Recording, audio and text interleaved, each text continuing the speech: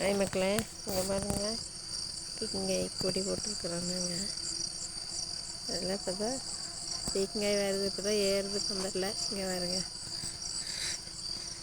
குட்டி குட்டியாக இருக்குது. பாருங்கள், உங்களுக்கு விவசாயம் பிடிச்சிருந்தா லைக் பண்ணுங்கள், அப்படியே சப்ஸ்கிரைப் பண்ணுங்கள். பாருங்கள், அப்படியே அடியில் எல்லாம் மஞ்சள் கலராக எல்லாம் வருது. எதுனாலன்னு தெரியல. உங்களுக்கு தெரிஞ்சிருந்துச்சுன்னா கமெண்ட் பாக்ஸில் கமெண்ட் பண்ணுங்கள்.